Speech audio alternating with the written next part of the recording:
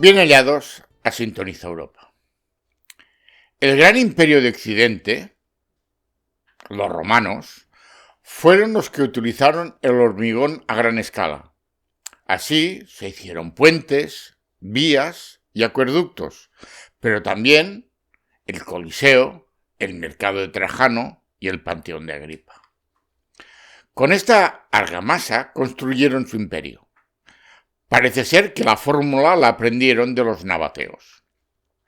Durante siglos, el hormigón romano fue un secreto, pero ahora sabemos que lo conseguían al mezclar ceniza volcánica con cal, óxido de calcio y agua de mar. Entre ladrillo y ladrillo ponían la argamasa, un mortero al que después incorporaban roca volcánica. Con eso superaron a las civilizaciones anteriores que tenían que tallar grandes bloques de piedra para hacer los monumentos, y por ello jamás pudieron construir una vía Augusta, una vía Flavia, un camino que unía Europa. Finalmente, al secar la argamasa, los huecos de la cal eran ocupados por cristales de tobermorita, al tiempo que el agua marina se filtraba en los resquicios de la roca, reaccionando con los restos de las cenizas volcánicas y contribuyendo a la creación de más cristales. En definitiva, el hormigón romano resultante tenía una consistencia muy parecida a la de una roca. Con la ayuda del hormigón, Roma se convirtió en la ciudad eterna, de la que aún disfrutamos. Así, cada imperio ha tenido su ladrillo y su argamasa, su factor cohesionador. La inmigración y la religión mediante la Inquisición en el Imperio Español, y la reina, el apartheid y el té de las 5 en el inglés.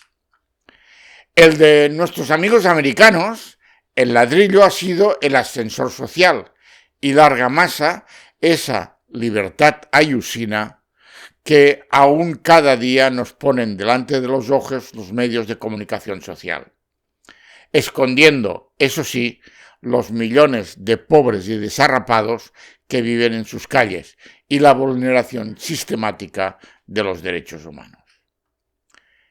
Pero, ¿y Europa?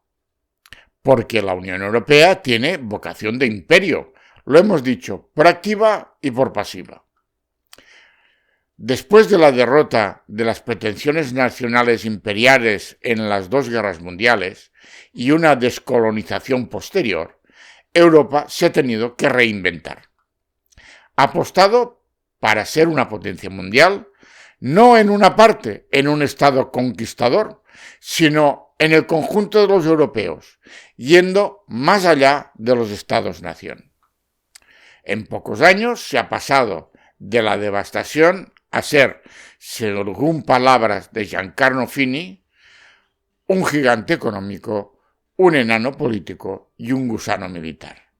Lo estamos constatando ahora con la crisis de Ucrania. Europa se está construyendo con ladrillos que están hechos de directivas y reglamentos, y la argamasa que se utiliza son las sentencias de los tribunales europeos.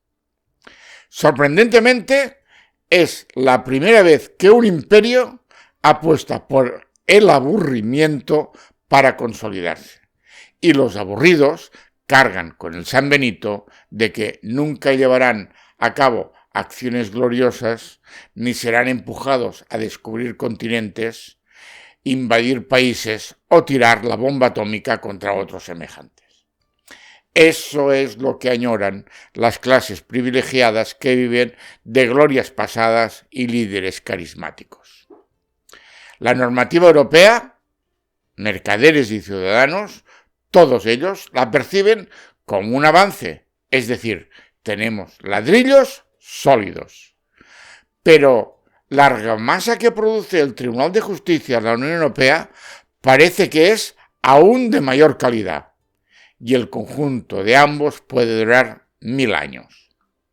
Eso sí, siempre con una Europa con mala salud de hormigón. Si el vídeo lo consideras interesante, compártelo y se agradece que te suscribas al canal activando la campanita. Espero tus opiniones. Buenas tardes.